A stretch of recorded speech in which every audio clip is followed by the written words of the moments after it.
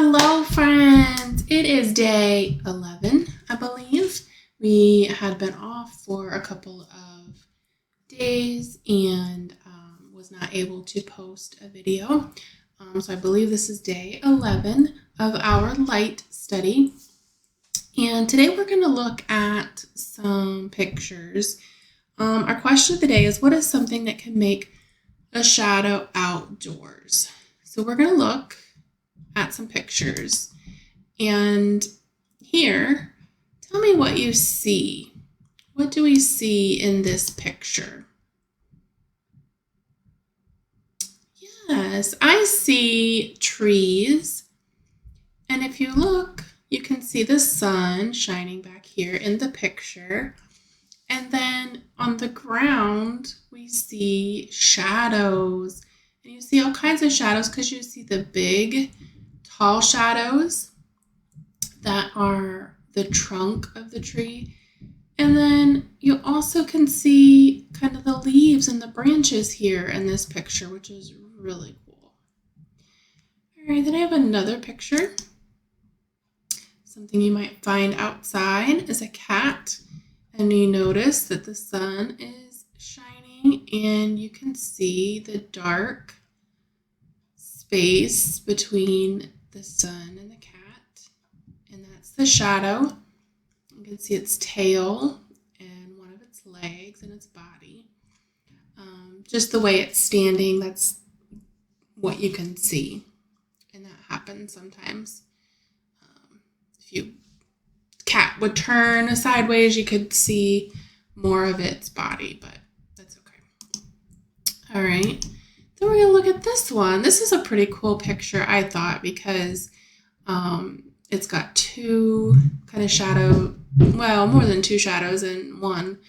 You have here on the left side of the screen, you've got the shadow from what looks like a tree. We can't see the tree, so I'm assuming it's a tree. And then you have a shadow here of a little girl wearing some butterfly wings. You can see the shadow of the wings. And then you see her and her curly hair there. And then you also get a shadow of the bicycle. So this is a really good shot because you've got all these components that show a really good shadow. I really like that one. All right, this is a really cool picture. So this is would be in the evening, most likely, where the sun is behind the buildings at the beach. So the sun has risen and it rises where you see the water line in the sky. So where the water and the sky meet, that's where the sun would rise. And then it would go kind of over the buildings and then start to come down behind the buildings to set. So it's not setting yet, but it's back. The sun is back behind the buildings, which is why we get the shadow on the beach. And so these are different buildings along the shore along the beach here. So I thought that was a pretty cool picture. The shadow extends from the sand. It goes all the way into the water. And you can notice that the buildings are different heights. Some are tall, some are short. They're all kind of similar in how wide they are. So there's not too much difference there. But so that's just a really cool picture. And then last but not least, this picture I thought was pretty cool. This looks like a sunset picture. And this is a pond. So this is a shadow, but it's also called a reflection because it's reflecting the light. It's reflecting the shadow of the tree. So that was really cool. But it's also got some really pretty pictures, and you can see the shadow here of the shoreline. It's really, really cool there. So that was another really cool picture.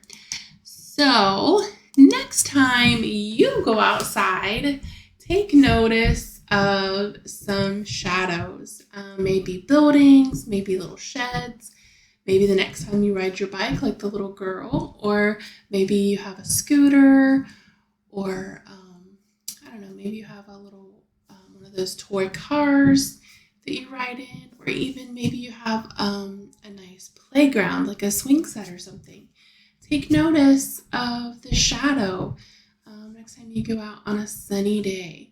Now remember, on a cloudy day, you might have some shadows, but they're going to be a little bit harder to see. So on a bright, sunny day, when there's not many clouds in the sky, you'll be able to see the shadows. Okay, so that was all of our question today. And just keep an eye out for those shadows. Hope you are enjoying our light study. I am. Stay tuned for the next video. And don't forget to hit the like and subscribe button. See you next time.